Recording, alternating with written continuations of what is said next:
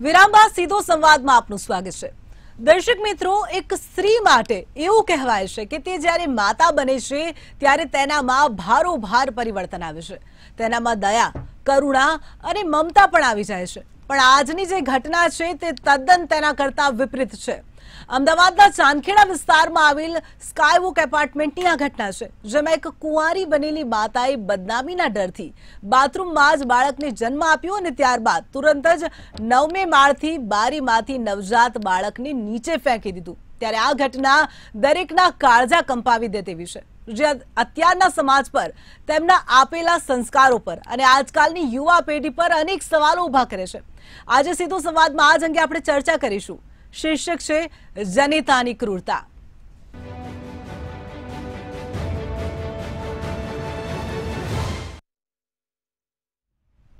जनितानी क्रूरता चर्चा में अपनी साथे जोड़ाई गया है ज्योति अमीन, सामाजिक कार्यकर्ता, डॉक्टर राजल शाह तबीब, डॉक्टर मीना व्यास, मनोचिकित्सक, प्रफुल्ल त्रिवेदी, मंतव्य न्यूज़ना एसोसिएट एडिटर, तमाम महानुभावों स्वागत है। ज्योतिबेन, अमदावादना चांदखेड़ा विस्तारमां आज घटना बनी है। एक कुंवारी महिला युवती के जेने एक नवजात बाळकने जन्म आप्यो अने 9मा माळेथी तेने नीचे फेंकी दीधो। पहला तो ए ज प्रश्न करीश के आवी घटनाओने जोता शुं लागी रह्युं छे, समाज कया तरफ जई रह्यो छे? जिंकल, मैं आ बात वाँची त्यारथी आम मारा रूंवाड़ा ऊभा थई गया था। कारण के जेवी रीते एक स्त्री जेम माता बने तो भले कदाच अवांछित बाळक पण होय तो पण ज्यारे बाळकनुं मोढुं जुए तो एमां वात्सल्य चोक्कस उभराय अने एने जीव लई लेवानो एक कई रीते थयुं ए मने समजण नथी पड़ती, पण खरेखर खूब असंवेदनशीलता अने क्रूरता कहेवाय चोक्कस आ घटनामां। हवे ज्यारे मैं एना स्टेटमेंट वाँच्या तो मने एमांथी एके गळे न उतर्या। एनुं पहेલું स्टेटमेंट हतुं के हूँ प्रेग्नेंट हती, मने खबर ज नहोती।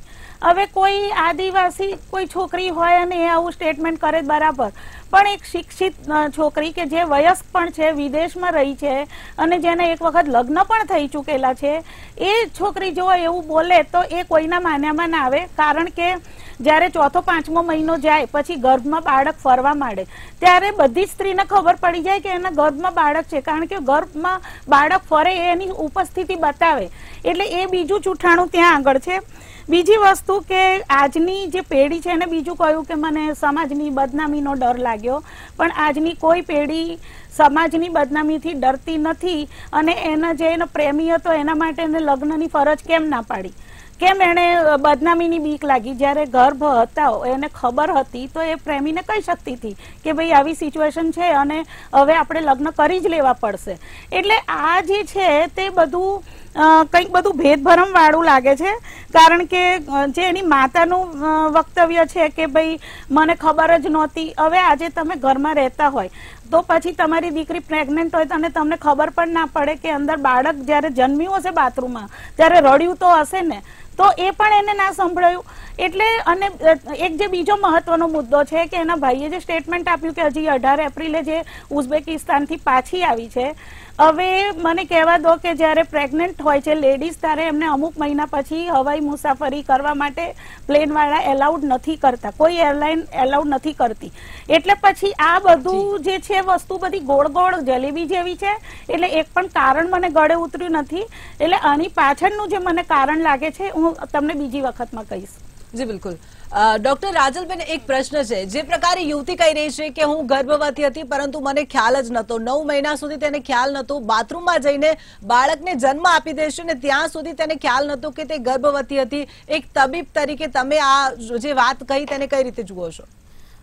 ચોક્કસપણે આ ઘટના એકદમ વખોડવા યોગ્ય છે અને જેટલું અમે તબીબી ક્ષેત્રમાં ભણ્યા છીએ અને અત્યારના જે આટલા એજ્યુકેટેડ લોકો હોય છે તો અત્યારે તો કેવું છે, મારી પાસે યુવતીઓ આવતી હોય છે ને જો પીસીઓડી કે બીજા કોઈ તકલીફ હોય તો તરત એ લોકો ઘરે ટેસ્ટ કરી લેતા હોય છે, યુરિન ટેસ્ટ। તો પહેલી વસ્તુ એ છે કે આપણે ઘરે આટલી સરળતાથી જાણકારી મેળવી શકીએ છીએ, એટલે એ વસ્તુ પહેલું ત્યાં જ ખ્યાલ આવે છે કે જ્યારે તમારા પીરિયડ મિસ થાય છે ત્યારે તમને અંદાજ આવી જ જાય છે કે તમે કઈ પરિસ્થિતિમાંથી પસાર થઈ શકો છો, થઈ રહ્યા છો અને એને રૂલ આઉટ કરવાના અત્યારે આપણી પાસે હાથ વગા સાધન છે અને એ આપણે કોઈ પણ ઓપિનિયન અથવા આવા ટેસ્ટથી જાણી શકીએ છીએ। બીજી વસ્તુ, જ્યારે ગર્ભવતી હતા અને એવું કહી રહ્યા છે કે મને ખ્યાલ નહોતો, તે વસ્તુ પૂરેપૂરી નકારી શકાય, શક્ય નથી। કારણ કે જ્યારે એક યુવતી માતા બને છે ત્યારે બીજા કે ત્રીજા મહિનાથી જ, આમ તો જોવા જઈએ 1.5 મહિનાથી જ આપણે હોર્મોનના બદલાવ આવે છે પૂરા શરીરમાં, આખા શરીરમાં હોર્મોનના અને જે સ્ત્રી પ્રજનન અવયવો છે એના બી બદલાવ આવતા હોય છે. એક જેમ કીધું મારા કલીગે એમ, બાળક જ્યારે 4-5મા મહિનાથી ફરવા માંડે છે ત્યારે પણ એ અનુભવી શકે છે. સો આ વાતમાં બિલકુલ તથ્ય નથી કે એ વ્યક્તિને ખબર જ ના હોય. 8 મહિના 9 મહિનાનું જ્યારે ગર્ભ આપણા યોનિમાં હોય છે ત્યારે આંતરિક મુવમેન્ટથી, પેટની સંરચનાથી અને વજાઇનલ જે ઓપનિંગ થતા હોય ને એ બધા જ બદલાવથી એક દરેક માતા જે બનવા જઈ રહ્યા છે એને ખ્યાલ આવી જ જાય કે એ પોતે ગર્ભવતી છે. એટલે આ વસ્તુ બિલકુલ જ નકારી શકાય એવી છે. એ શક્ય જ નથી કે માતાને ખબર ના હોય કે પોતે પ્રેગ્નન્ટ છે. અને એક છેલ્લો મુદ્દો કે જ્યારે ડિલિવરી થઈ રહી છે એ પહેલા બી એમને ખ્યાલ હોય જ કે આ જે કોન્ટ્રેક્શન થતા હોય, જે બદલાવ થતો હોય, અને ડિલિવરી થયા પછી પણ પ્લેસેન્ટા જે હોય છે એ બાળકથી કટ કરવું કે એમનું પોતાનું પ્લેસેન્ટા નીકળ્યું, આ બધી જ વસ્તુ ત્યારે એમને અનુભવાય છે. એ વસ્તુમાં કોઈ સચ્ચાઈ નથી દેખાતી. જી મીનાબેન, પ્રેગ્નન્સીની જો વાત કરું તો માની શકીએ કે તે સમયે સ્ત્રીઓની માનસિક અવસ્થા ખરાબ બની શકે, સાથે જ આ કુંવારી માતા છે તો તેની માનસિક અવસ્થા વધારે ખરાબ બની શકે. પરંતુ એક નવજાત બાળકને જન્મ આપ્યા પછી, જ્યારે તેનું મોઢું જોયા પછી આટલી નિર્દયતા કેવી રીતે હોય? તે ક્યાંક મૂકી પણ શકતી હતી, અનેક રસ્તા હતા, પરંતુ 9મે માળથી નીચે ફેંકી દેવું, આટલી નિર્દયતા કેવી રીતે? જિંકલ, અત્યારે જે ઘટનાઓ આ પ્રકારની બની રહી છે, આપના સવાલ પર હું આવું છું, પણ એક વસ્તુ હું આપને જણાવું કે અત્યારે સમાજમાં આવી અનેક પ્રકારની અલગ અલગ પણ ઘટનાઓ જે બી ઘટી રહી છે ને એ ઘટનાઓ લાલબત્તી સમાન છે. પહેલી વસ્તુ કે ક્યાંક ને ક્યાંક આપણે ક્યાં સંબંધો આપણા આ ઘટનાની સામે આપને જણાવું કે ગાંધીનગરમાં એક પિતાએ પોતાના બાળકને મૂકી દીધું હતું રખડતું એક આશ્રમની બહાર.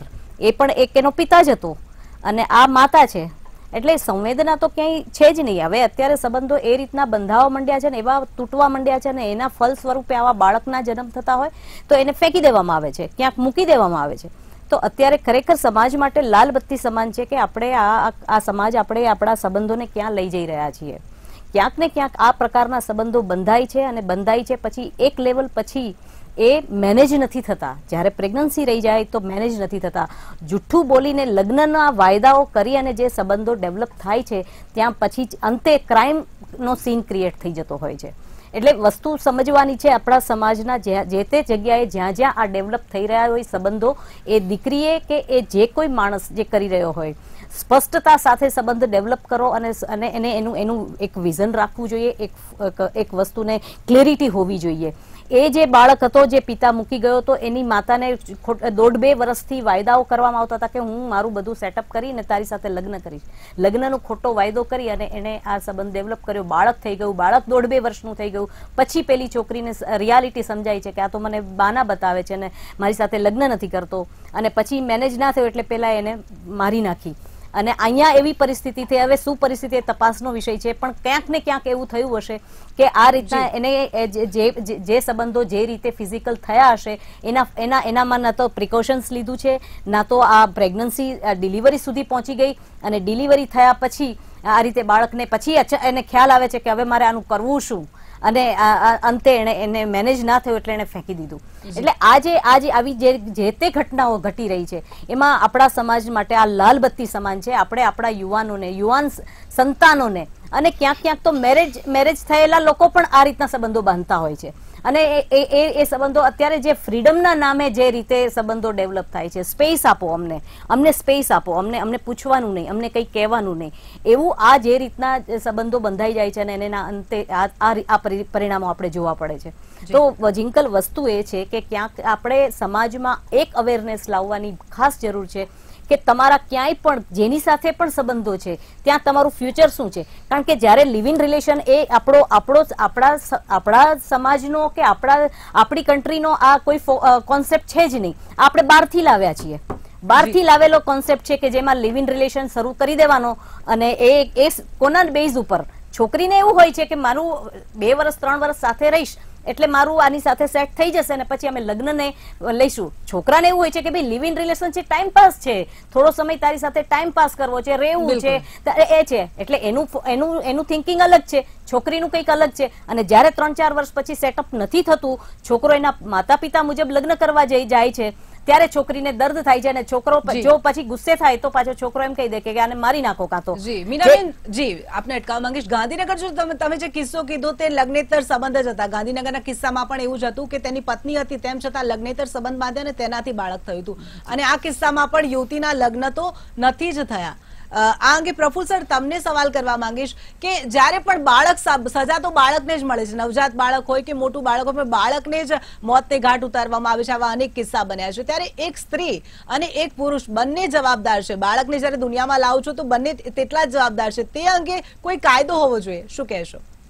આમ તો જ્યોતિબેન, રાજલબેન અને મીનાબેને ઘણું બધું કહી દીધું છે, પરંતુ હું 2-3 વાત ઉમેરવા માંગુ છું કે આ જે સ્કાય લેબ એપાર્ટમેન્ટની જે ઘટના છે, 9મા માળેથી જે બાળક ફેંકી દીધું, એનું તમે વર્ણન વાંચો ને તો અત્યંત હૃદયદ્રાવક છે કે નીચે લોહીના ધબ્બા પડ્યા છે. એટલું જ નહીં, એને જે બાથરૂમમાંથી ફેંક્યું ત્યાં એ બાળકની સ્કિન ઉતરડાઈ ગઈ હતી અને સ્કિનના ત્યાંથી અવશેષો મળી આવ્યા.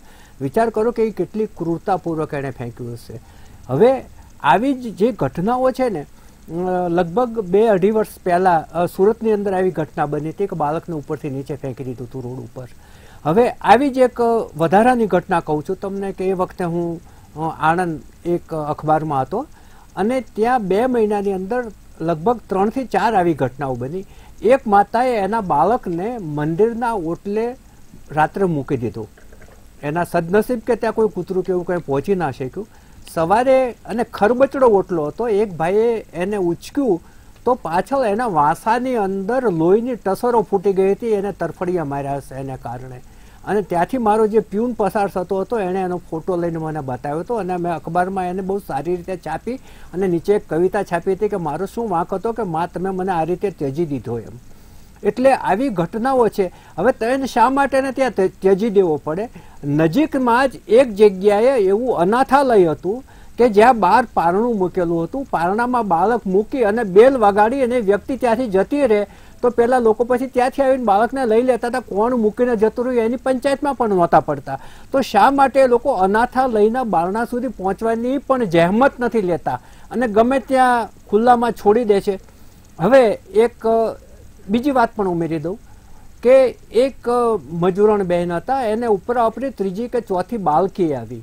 હવે બાળકી આવી એટલે એના સાસુએ તે હોસ્પિટલમાં જ કહ્યું કે આને પાર પાડીને આવજે, ને તો ઘરમાં ના આવતી.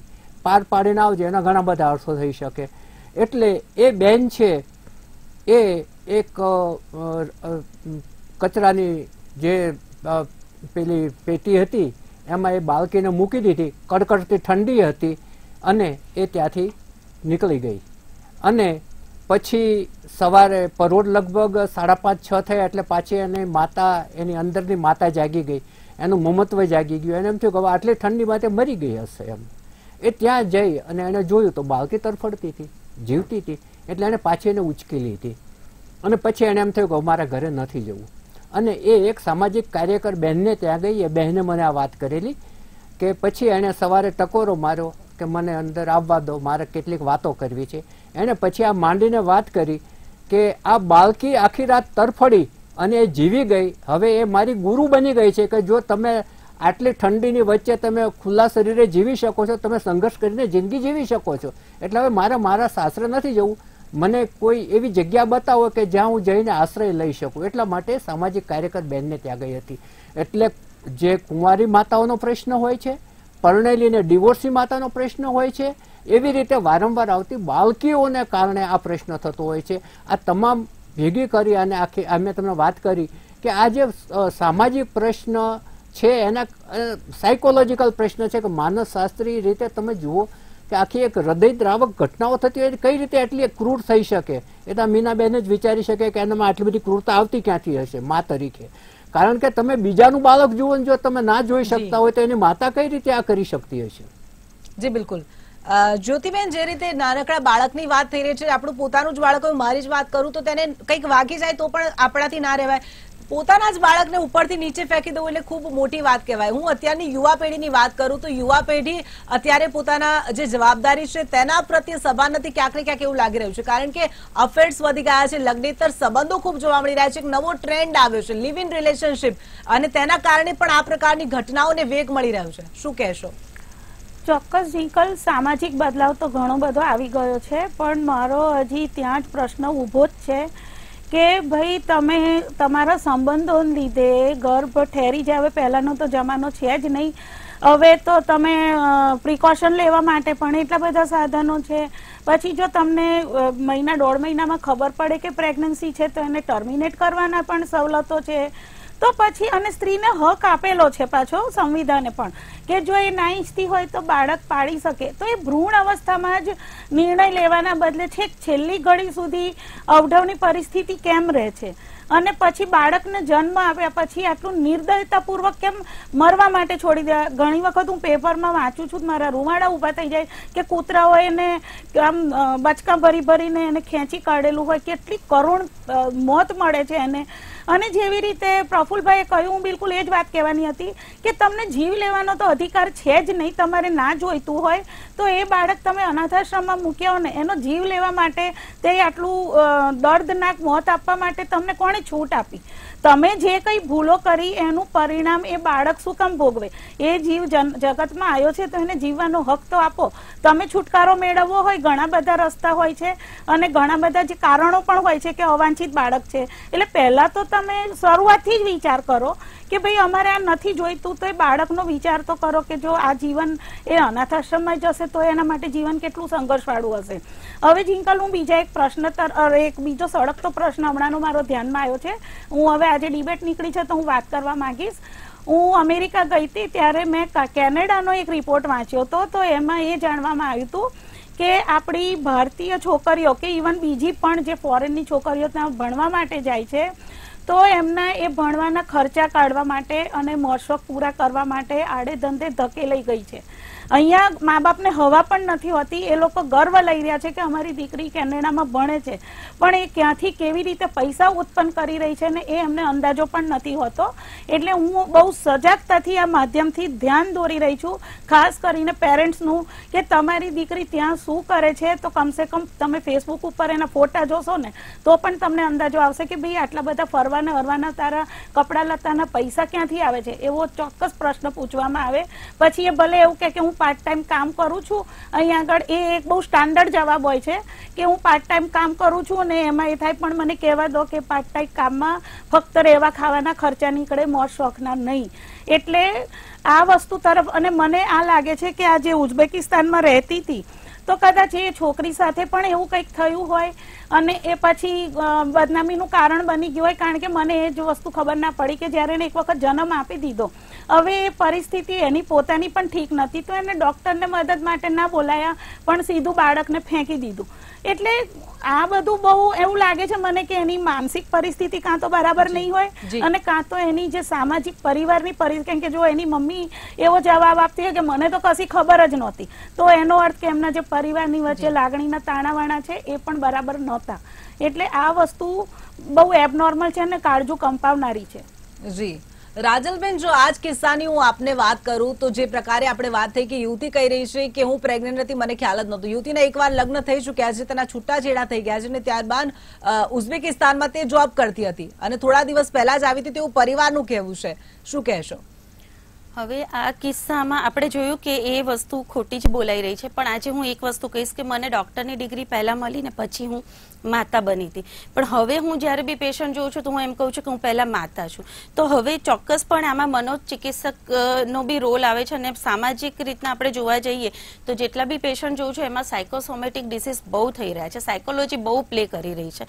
આમાં જો પહેલાના જમાનામાં જેમ આપણે પ્રફુલભાઈએ બી કીધું કે બાળકોને રાખવાનું અનાથાલય હતું એ બધી સગવડ હતી, પણ અત્યારે શું ઇમ્પલ્સ આવ્યો એ વ્યક્તિ, એ યુવતીને અત્યારે એવું તો શું મગજમાં આવ્યું કે એણે આવી ક્રૂરતા ભર્યું પગલું લીધું. આજે જ્યારે બાળક અને માતાની વાત થતી હોય તો માતા બાળક માટે જીવ આપી દેવા તૈયાર થતી હોય, ત્યારે આ યુવતીએ એ વખતે એની માતા જોડે પણ વાત ન કરી. આજે આપણે જોઈએ છે કે ન્યુક્લિયર ફેમિલી થતા જાય છે, જોઈન્ટ ફેમિલી નથી, કોમ્યુનિકેશન ઘટી ગયું છે. આજે તમારી દીકરીને કંઈ પ્રોબ્લેમ છે તો માતાને ખબર નથી, ઘરમાં બેઠેલા ભાઈને ખબર નથી. તમે જ્યારે તમારી માતાને નથી કહી રહ્યા અને તમે આ પગલું ભરી રહ્યા છો તે એક માનસિકતા જ છતી કરે છે અને એ ખરેખર એક આપણા સમાજને કઈ તરફ લઈ જઈ રહ્યું છે એ જોવાની જરૂર છે.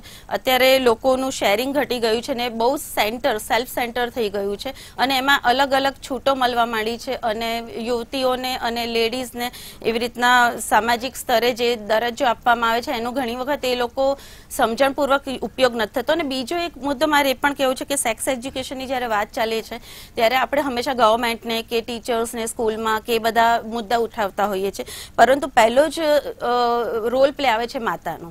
ઘરમાંથી જ જ્યારે પેરેન્ટ્સ, જેમ કે પેરેન્ટ્સની જ જવાબદારી છે, એ લોકો જવાબદારીથી બાળક લાવે છે તો એમની જ જવાબદારી છે એમને મોટો કરવાનું અથવા તો કોઈ રસ્તો કાઢવાનો. સિંગલ મધર બી આપણે જોઈએ છે જે ગર્વથી ઉછેરતા હોય છે બાળકને. તો સેક્સ એજ્યુકેશન આજે દરેક બાળકને એક હૂંફથી મળવું જોઈએ, એક માતા તરફથી મળવું જોઈએ. આજે મારા બંને બાળકો મારી જોડે એટલા ઓપન હોવા જોઈએ કે એમની કોઈ તકલીફ હોય તે મને કહેવા જોઈએ ને એક સચોટ યોગ્ય રસ્તો નીકળવો જોઈએ, તો જ એક હેલ્ધી સમાજની રચના થાય. એટલે આ પ્રસંગે મારે આ મારું પોતાનું માનવું છે માનસિકતા. જી મીનાબેન, આ ઘટનામાં એકલી જે યુવતીએ બાળકને ફેંક્યું છે તે જવાબદાર નથી, તેની માતા, તેનો પરિવાર પણ જવાબદાર પૂર્ણ કહેવાય. કારણ કે જો યુવતી ગર્ભવતી હતી અને તે લોકો અજાણ હતા તે વાત તો શક્ય જ નથી, એટલે તેની માતા પણ તેટલી જ જવાબદાર છે. આ યુવતીના પહેલા છૂટાછેડા પણ થયેલા છે ને અત્યારે પણ તેનો કોઈ પ્રેમ સંબંધ હતો અને તેના કારણે આ બાળક થયું છે. શું કહેશો?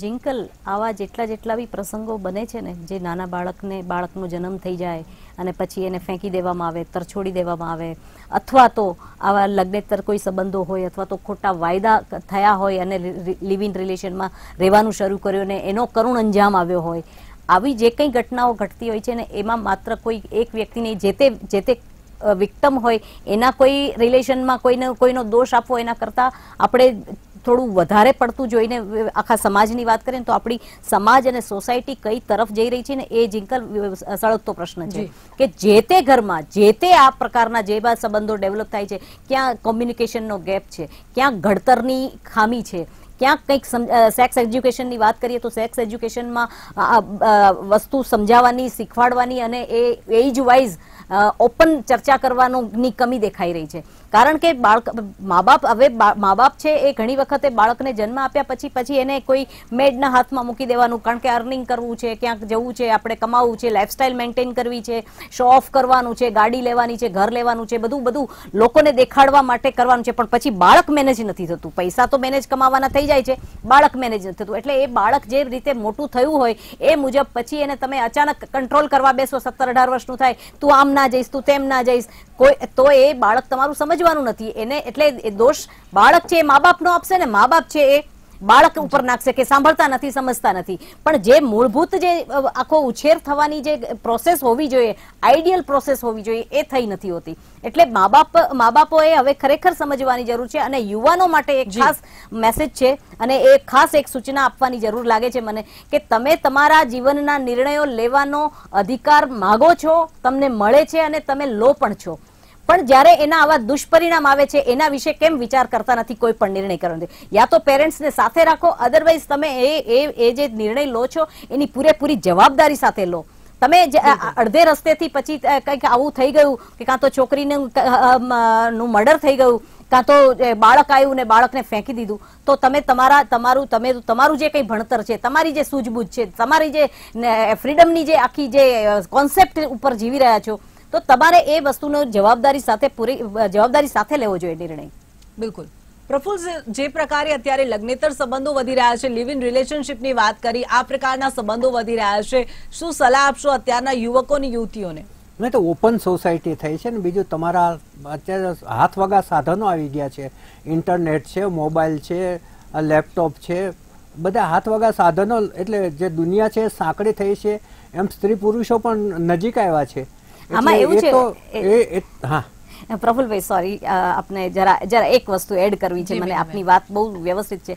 એમાં એક વસ્તુ હું એડ કરી રહી છું કે લિવ ઇન રિલેશન છે એ પહેલા તો આપણો કોન્સેપ્ટ જ નથી, અને બીજું આપણા એ સમય જે ફોરેન કન્ટ્રીમાં જે લિવ ઇન રિલેશન થાય છે એમાં ખબર છે કે આપણે કોઈની ઉપર એવી અપેક્ષા લઈને નથી ચાલતું. અહીંયા છોકરી અપેક્ષા લઈને બેસે છે કે 2 વર્ષ પછી 3 વર્ષ પછી મારી સાથે મેરેજ કરશે, હું મારી લાઈફ બનાવીશ. મીનાબેન, લિવ ઇન રિલેશનશિપ છે આપણો કન્સેપ્ટ જ નથી, આપણી સંસ્કૃતિ જ નથી, પરંતુ હવે સુપ્રીમ કોર્ટે માન્ય કર્યું છે એટલે કોઈ. પરંતુ હવે હું તમારા બંનેની જે વાત હતી રાજલબેનની, તમારી સેક્સ એજ્યુકેશનની, એના ઉપર 1 મિનિટમાં કહી દઉં, કારણ કે આપણે 1 જ મિનિટ બાકી રહી છે. હવે પહેલા સેક્સ એજ્યુકેશનની જરૂર નહોતી ને અત્યારે કેમ છે એટલા માટે છે કે પહેલા સંયુક્ત કુટુંબ હતા.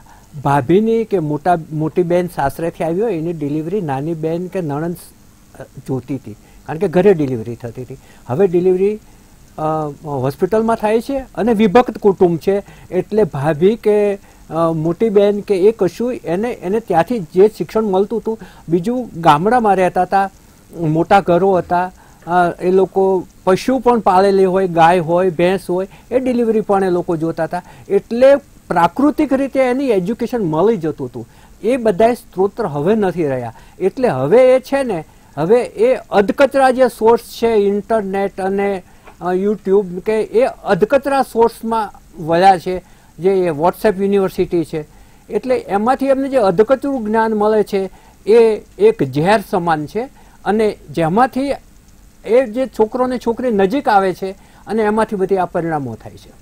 પ્રફુલભાઈ, મારે પણ આ જ મુદ્દો કહેવો હતો કે આજે એજ્યુકેશન જે ઇન્ટરનેટ ને સોશિયલ મીડિયા અને જે લાઇફસ્ટાઇલ મેન્ટેનમાં જે ધકેલાતું ગયું છે, જે મિસકન્સેપ્શન દરેક ફિલ્ડમાં થયું છે, એવી રીતના આમાં પણ થયું છે. એ જ કન્સેપ્ચ્યુઅલી હું કહેતી હતી કે જ્યારે આજે વિભક્ત કુટુંબો થઈ ગયા છે, સંયુક્ત નથી રહ્યા, ત્યારે ચોક્કસપણે જ્યારે આપણે આપણા કામ માટે બાળકને મોબાઈલ આપીએ છીએ તો એટલું ચોક્કસપણે આપણે ધ્યાન રાખવું છે કે આપણા બાળકને રાજનબેન અત્યારે બાળકના હાથમાં મોબાઈલ ના આપો તો ખાતું નથી, એને ખવડાવતું જાય પછી તમે એને સમય આપો. તમામ પ્રકારના સંદેશાઓ, પિક્ચરો, વિઝ્યુઅલ બધું જ એમાં એને ઈઝી અવેલેબલ થઈ ગયું છે. એટલી બધી ટેવ પાડી દે છે મધર. માતાને સમય નથી પણ થોડોક સમય તો કાયદાઓ બાળક બનાવ્યા માટે પણ રોજ કાયદાની જોઈએ જ. નેગેટિવ સાઈડ છે ને એ આ ધીમે ધીમે બહાર આવી રહી જી છે. જી જી હાજી જી બિલકુલ.